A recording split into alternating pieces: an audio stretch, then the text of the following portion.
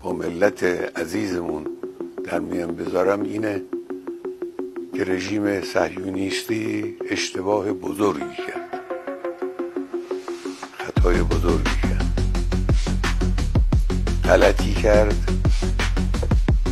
و عواقب او رو بیچاره خواهد کرد به توفیق الهی. فکر نکنن که زدند و تمام شد. نه،